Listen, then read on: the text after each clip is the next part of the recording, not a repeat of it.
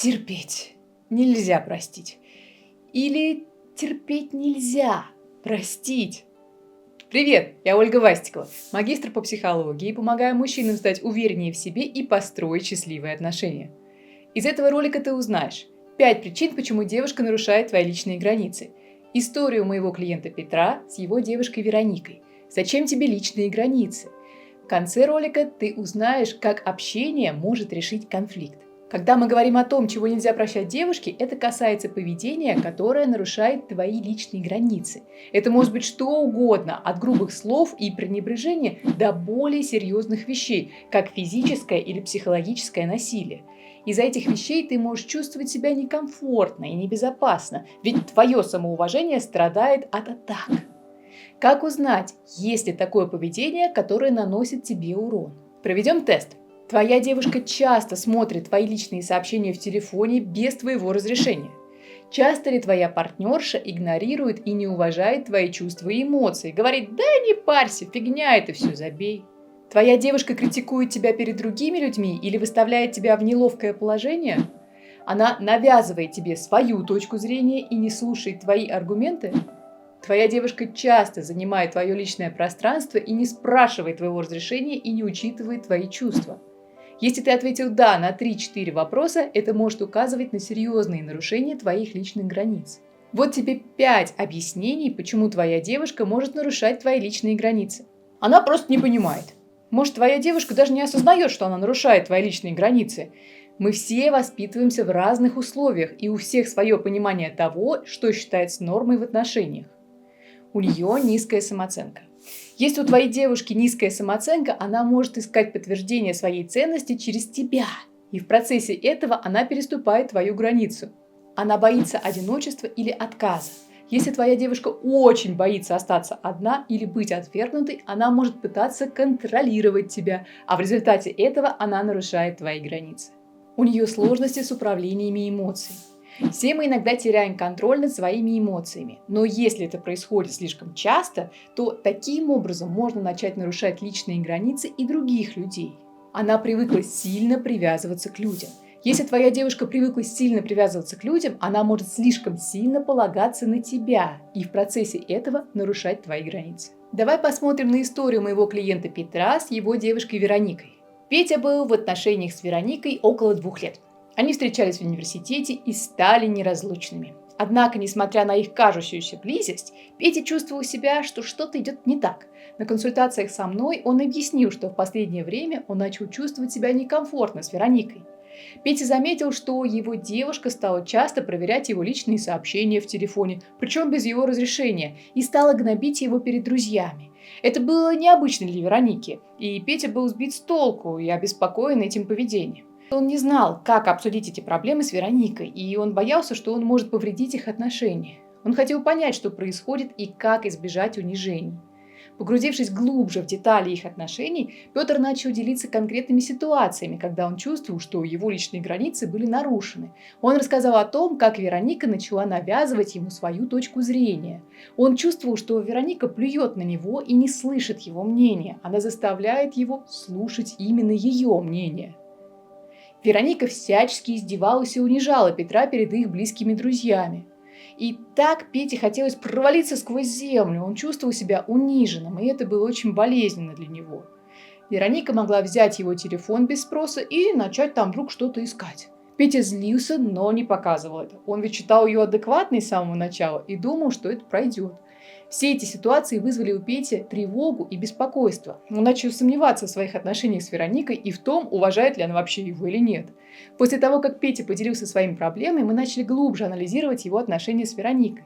Вместо того, чтобы сразу переходить к выводам, мы решили рассмотреть различные аспекты их отношений. Коммуникация. Мы обсудили, насколько ребята открыты и честны в общении, и могут ли они выражать свои чувства, безопасно ли им это делать вообще. Может ли Петя свободно выражать свои мысли и чувства Вероники? И наоборот, насколько Вероника открыта и честна с Петром? Взаимное уважение. Мы рассмотрели, насколько Петя и Вероника уважают друг друга как индивидуальности. Уважают ли они личное пространство и границы друг друга? Уважают ли они чувства и эмоции друг друга? Баланс в отношениях. Мы поисследовали, есть ли баланс в их отношениях. Дает ли Вероника Петру достаточно пространства, чтобы он самовыражался и был независим. И наоборот, дает ли Петр Веронике достаточно пространства для свободы. Петя начал рефлексировать, даже написал Веронике большое письмо и обсудил его с ней. Это было очень непросто, но Петр был решительно настроен улучшить свои отношения. Вероника была удивлена, узнав о чувствах Петра, но она была открыта для обсуждения и готова работать над улучшением их отношений. Вероника извинилась перед Петей и стала предлагать варианты, как решить это недопонимание. Через какое-то время Петя заметил, что его отношения с Вероникой начали улучшаться, и он уже не боится приступа гнобления в компаниях их друзей. Так Петя понял, что его чувства и личные границы важны, и что он имеет полное право защищать их. И это только с самого начала страшно, а потом как пойдет? Давай теперь поговорим, что такое личные границы. Это своего рода рамки, которые ты ставишь вокруг себя, будь то физические, эмоциональные или духовные. Они помогают тебе защитить свое благополучие и самоуважение. В отношениях личные границы – это как забор, который защищает тебя, твои потребности и чувства от того, чтобы кто-то их нарушал. Это твои правила, которые помогают тебе сказать «да» тому, что тебе подходит, и «нет» тому, что тебе не нравится. А как понять, что твои границы нарушаются? Если ты чувствуешь себя неудобным или расстроенным из-за того, как с тобой обращаются, это звоночек. Может быть, ты чувствуешь себя униженным, или что твои чувства и потребности игнорируются, а может и критикуются. Если ты чувствуешь, что твои границы нарушаются, значит время что-то изменить. Что же с этим делать? Как защитить свои границы? Коммуникация – это ключ. Оно особенно важно, когда возникают проблемы или конфликты. Открытый разговор помогает обоим партнерам лучше понять друг друга и справиться с трудностями. Если ты чувствуешь, что твои границы или благополучие под угрозой, поговори об этом. Это может быть сложно с самого начала, но помни, что твои чувства и переживания очень важны. Не бойся выражать свои чувства и мысли открыто и честно. Вот этим вот прибором.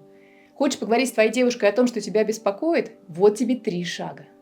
Выбери правильный момент. Чтобы поговорить о серьезных вещах, выбери время, когда вы будете спокойны и у вас обоих будет время. Не лучшая идея поднимать сложные вопросы, когда кто-то из вас на грани нервного срыва или когда у вас есть всего 2 минуты между рабочими встречами.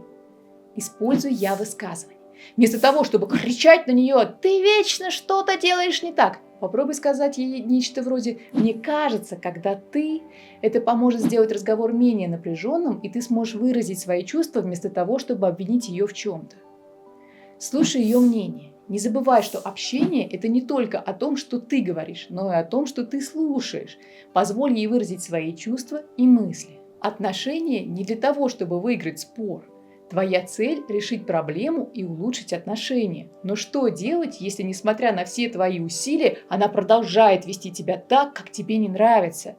Может быть, ты уже пробовал устанавливать границы, но ничего не меняется. Если ты устал от попыток, я написала большую статью. В статье я последовательно объяснила метод, благодаря которому ты сможешь исправить все свои ошибки и стать магнитом для девушек, которые тебе нравятся.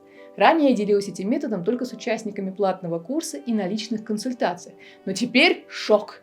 Первые 500 мужчин смогут бесплатно получить этот метод. Это количество наберется очень быстро.